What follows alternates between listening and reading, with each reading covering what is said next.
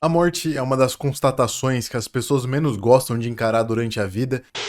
Eu já falei sobre a morte perto de várias pessoas que quiseram só desviar do assunto, porque elas nem gostam de pensar na possibilidade de que elas vão morrer ou de que alguém perto delas vá morrer. É claro, isso dá medo, só que não tem o que fazer. A morte não é uma possibilidade, ela é um fato, ela vai acontecer e você só não sabe quando. Esse vídeo pode estar sendo visto muito depois da minha morte, por exemplo, daqui uns 50 ou 90 anos, ou quem sabe eu posso morrer mais jovem do que eu espero. Uma das únicas certezas que temos da vida, além do seu começo, é o seu final. Na Roma Antiga, quando um general ganhava uma batalha e era recebido por milhares de militares para festejar, um escravo ficava sussurrando no ouvidinho dele: olha para trás, lembre-se de que você é um homem, lembre-se de que você morrerás. Isso servia para lembrar que esse general não é um deus, ele ganhou uma batalha, mas assim como os inúmeros que ele matou, ele também vai morrer. Existe uma história da Grécia Antiga chamada Espada de Damocles, narrada pelo filósofo Cícero. Damocles era um bajulador de um tirano chamado Dionísio de Siracusa, que vivia falando sobre como era legal ser um tirano e rei, e ficava invejando as coisas que o Dionísio tinha, como riqueza, fama, poder, o que ele quisesse ter. Um dia, esse tirano cansou de ser bajulado e resolveu fazer com que ele experimentasse um pouco do que ele tinha.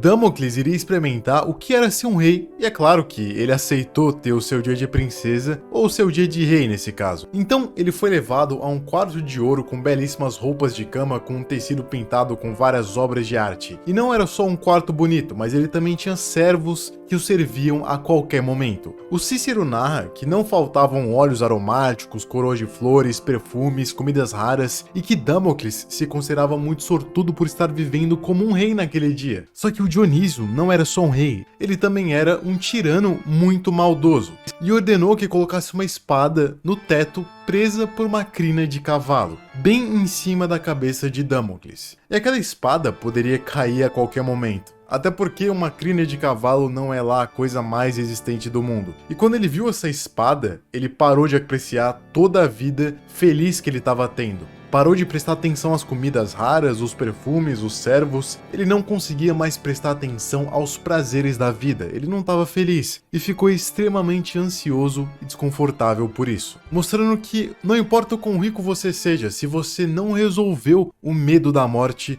você vai ter uma vida ruim. E dizem que Dionísio deu essa lição nele para ele saber que com grandes poderes vem grandes responsabilidades. Coisa que quem nos ensinou foi o tio Ben em Homem-Aranha. Só que Damocles percebeu como era perigoso ser um rei e como ele era pressionado por aquela espada que podia cair a qualquer momento. E o que é essa espada na nossa vida se não a própria morte, que pode chegar a qualquer momento? A diferença dela para a espada é que a espada a gente vê, tá na nossa frente, mas a morte também tá aí, ela só não tá aparecendo. O Cícero escreve: não parece bastante claro ter Dionísio declarado que em nada é feliz aquele a quem algum receio sempre ameace? Apesar desse conto falar sobre o poder e as pressões que você tem quando se tem muitos poderes, ele também fala muito sobre por que as pessoas no geral não gostam de comentar sobre a morte em uma manhã de segunda-feira, simplesmente porque elas não serão felizes, elas ficarão ansiosas e receosas enquanto não resolverem o medo da morte, ou pelo menos acharem que resolveram. Mas e se eu te disser que a filosofia tem um remédio que é necessário para vencer esse medo?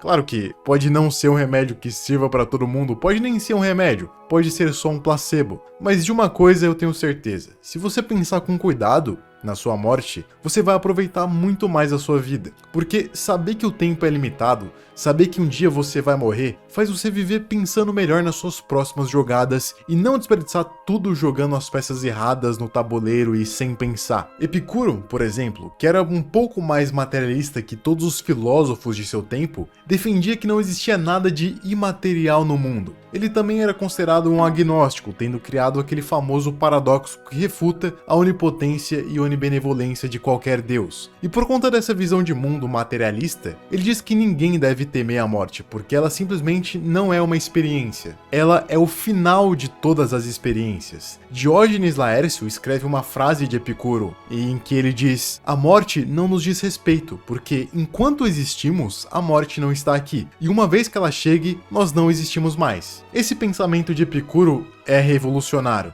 porque desaclopa a morte como uma fase da vida humana. A morte não é vista mais como uma fase aqui, ela nem sequer faz parte da vida. Epicuro reafirma que a única coisa que os humanos são capazes de experimentar é a vida. A morte não nos diz respeito e nunca vamos chegar sequer a conhecê-la de fato, pela nossa própria experiência. Talvez isso signifique que a gente nem perceba quando tudo acabar. E muita gente pensa na morte como se fosse um estado de paz, um silêncio ensurdecedor, um vazio indescritível. Só que todas essas coisas que eu falei agora dependem da experiência humana, dependem da consciência. Você precisa ter consciência para intuir ou imaginar o que é o conceito nada, o que é o conceito silêncio, o que é o conceito paz. Só que quando você morre, você não tem mais essa consciência para ter qualquer tipo de experiência, para imaginar qualquer tipo de conceito. Não pode ser comparado nem com dormir, porque até dormindo você pode sonhar ou sentir algo, mas morto você não pode. A consciência é a vida e a vida é tudo que a gente conhece.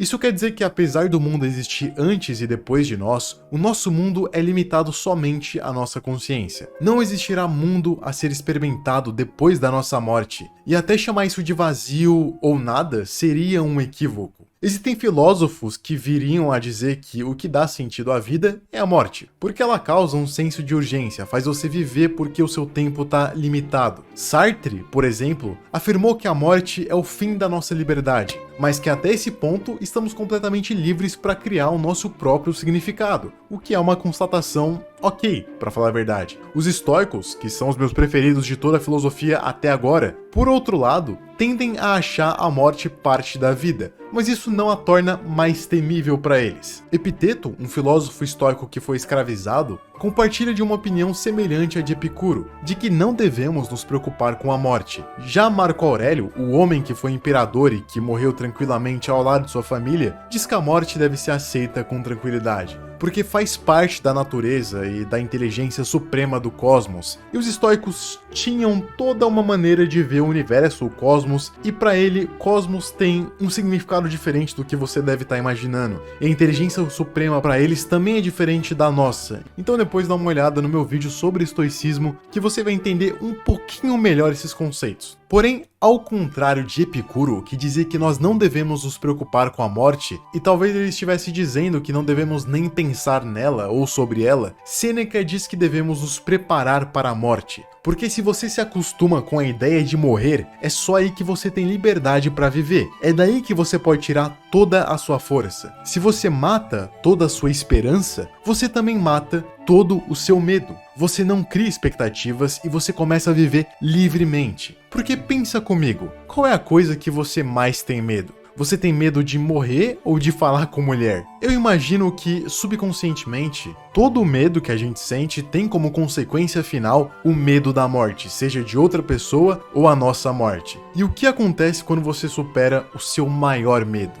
Bom, tudo parece ser possível. Eu não sou um cara que acredita em pós-vida, nem em reencarnações, eu acho que a vida é essa aqui. Eu acredito que a gente tem que melhorar o mundo de agora porque ele é o único mundo que existe. Eu acredito que quando morrermos, será o nosso fim e que só temos essa vida, assim como Epicuro acreditava. E pensar sobre a morte me faz sentir menos medo de viver, por mais paradoxal que isso possa parecer. Sêneca, para mim, tem a melhor forma de encarar a morte, não só a nossa própria, mas também a dos nossos familiares e amigos. Isso porque quando aceitamos que vamos morrer, percebemos que muitas ansiedades são irrelevantes. E Sêneca diz que a melhor parte de nós está em um terreno seguro quando não temos medo da morte. A fortuna, que para Sêneca seria uma deusa do destino que sente inveja dos humanos, pode até tentar nos prejudicar, oferecendo e tirando os nossos bens materiais. Só que o verdadeiro perigo é o dano que causamos a nós mesmos por conta do medo da morte e da ansiedade. Por isso que lembre-se de que morrerás, ou Memento Mori, é um dos mantras mais importantes da minha vida. Isso também faz parte do Praemeditatio Malorum, que é uma das práticas estoicas onde premeditamos o que pode vir de ruim, para que, se aquilo que nós preditamos vir a acontecer, aguentamos com mais suavidade. Porque um soco é sentido com mais leveza quando esperamos que ele venha. A preparação para a morte é uma prática diária, algo que tem que ser feito todo dia, e não só sobre a sua morte, mas de todo mundo ao seu redor. Epiteto escreveu coisas muito pesadas sobre isso. Ele, por exemplo, recomenda que sempre que você vai beijar o seu filho, você tenha em mente que ele vai morrer. Dê um beijo no seu filho e pensa, o meu filho vai morrer, para você aproveitar aquela sensação ao máximo. Porque pode até parecer loucura, mas a qualquer momento isso pode acontecer. Só que nem tudo são flores, né? É muito fácil você imaginar uma situação e se imaginar vencendo ela. Mas e na vida real? O quão fácil é se imaginar vencendo uma luta, mas o quão difícil é vencer ela na realidade? É claro que a recomendação estoica, principalmente a de Sêneca, não é que você se imagine vencendo uma luta, mas que você imagine o pior acontecendo, não que você está superando aquele pior. E parafraseando Sêneca, eu digo, algumas pessoas dizem ter controlado o medo da morte, mas quando ela vem de verdade, uma confissão de erro é arrancada delas. Suas afirmações morrem em seus lábios, quando o torturador lhes ordena que estenda suas mãos. E o que poderíamos dizer para essas pessoas? Era fácil desafiar os males que não estavam próximos, mas aqui tá vindo a dor, que você declarou que poderia suportar. Aqui tá vindo a morte contra a qual você se gabou. Mostra agora a tua coragem, mostra agora a tua energia.